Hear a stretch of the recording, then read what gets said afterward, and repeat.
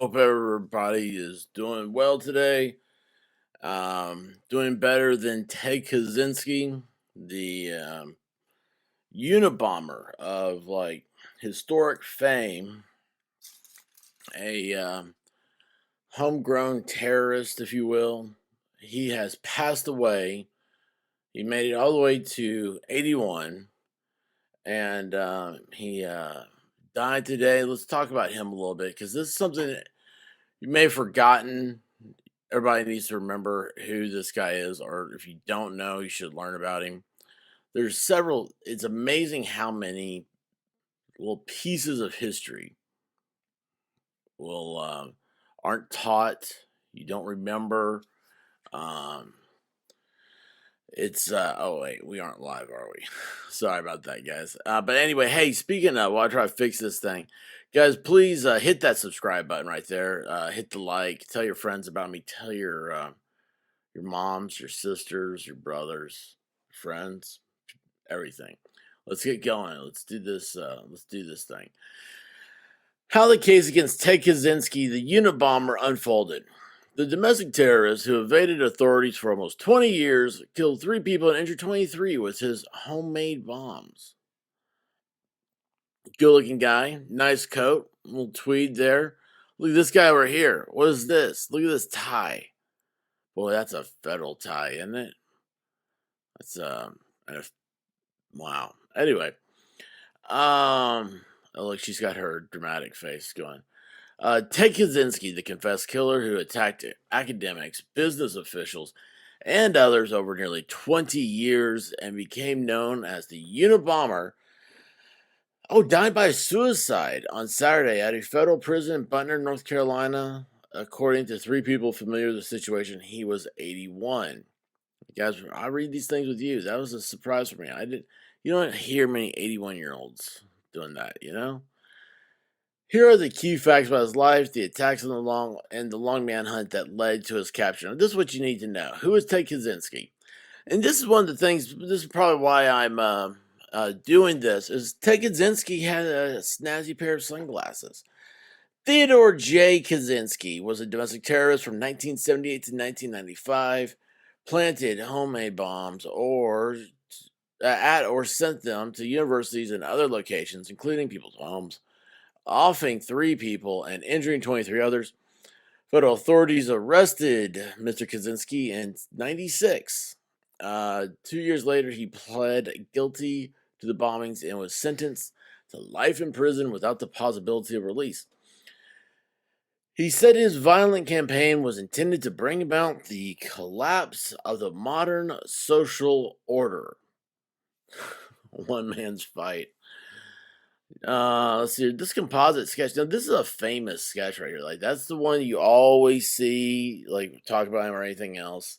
That's why I say the thing about the sunglasses. I kind of thought that was funny.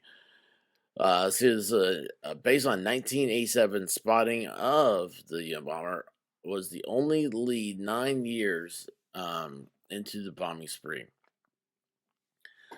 The rampage spurred one of the longest and most expensive manhunts in United States history, and years before September 11 attacks that made many Americans fear opening mail and boarding planes. Mr. Kaczynski was arrested in 96. The details of his life emerged. Born in Chicago to working class parents, he went on to study at Harvard and teach mathematics at Berkeley. UC Berkeley. Boy, who would ever think something like that would have somebody crazy there?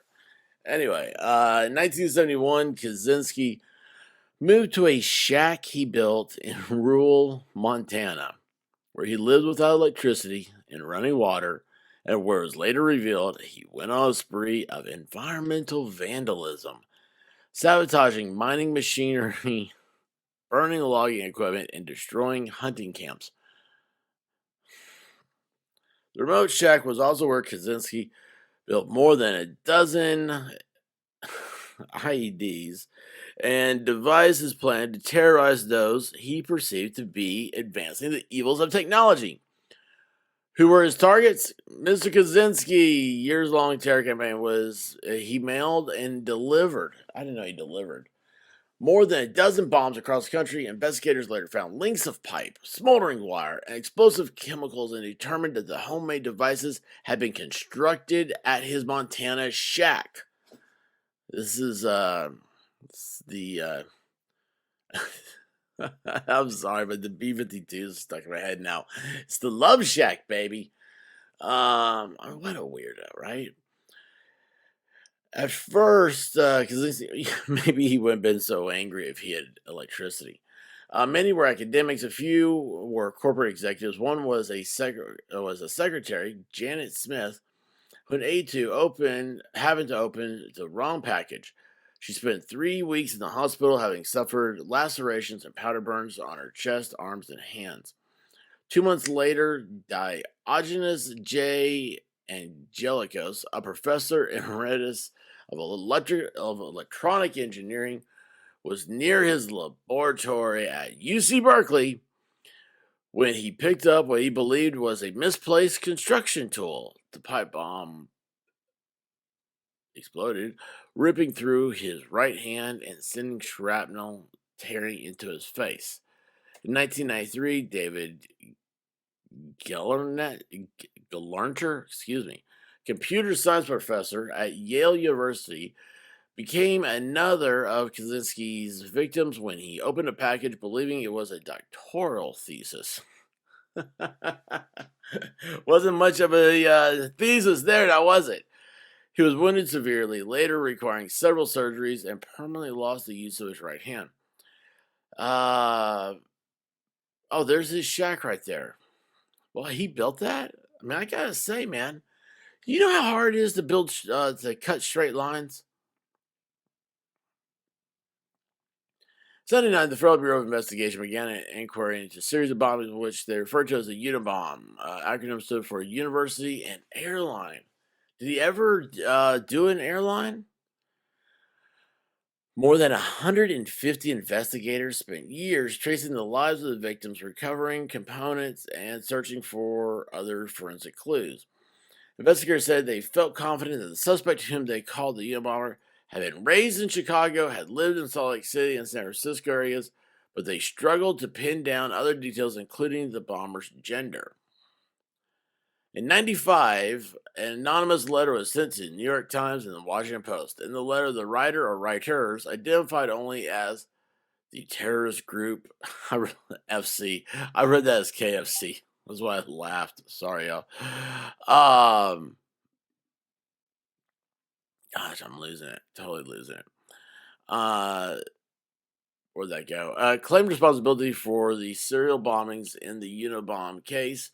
It promised to permanently desist from terrorist activities if the papers agreed to publish a manifesto which has more than 29,000 words.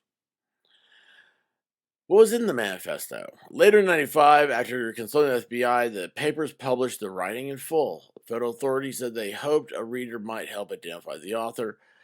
The document condemned industrialization, saying it led to widespread psychological suffering and caused such environmental damage and alienation. The modern society ought to be destroyed and advocated a revolution against the industrial system.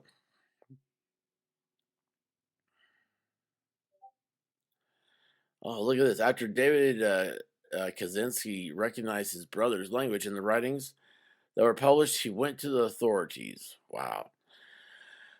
So, how was the U-bomber caught? Shortly after the writing was published, David Kaczynski, the brother of Ted, approached the authorities. He recognized the language in the letter and believed his brother might be the Unabomber. The authorities then arrested Kaczynski in his shack in Montana, where they found 40,000 handwritten journal pages that included information on bombing experiments and descriptions of his crimes. They also found a live bomb. In 1998, Kaczynski pled guilty in Sacramento. As part of the deal, it ensured he would not get the death sentence. Later that year, he was sentenced to 4 life sentences plus 30 years in prison. He served most of the sentence at the United States Penitentiary Administrative Maximum Facility near Florence, Colorado, alongside the 1993 World Trade Center bombing mastermind Ramzi Yousef and the 9/11 conspirator Zacarias Moussaoui. Really? Those guys were all hanging out together? In 2001, Mr. Kaczynski was moved to a federal medical center in Butner, North Carolina, because of poor health. He was found dead in his cell on Saturday. So, yeah, like, I heard things over years. It was like his brother. I thought it was like they were together at Thanksgiving for some reason. I don't know. I was like, boy, he got into a fight with his brother and turned him in. I never understood why this was supposed to be the Unabomber. Um, that's him cleaned up. I mean, the guy was a professor. There's other pictures. They're not good.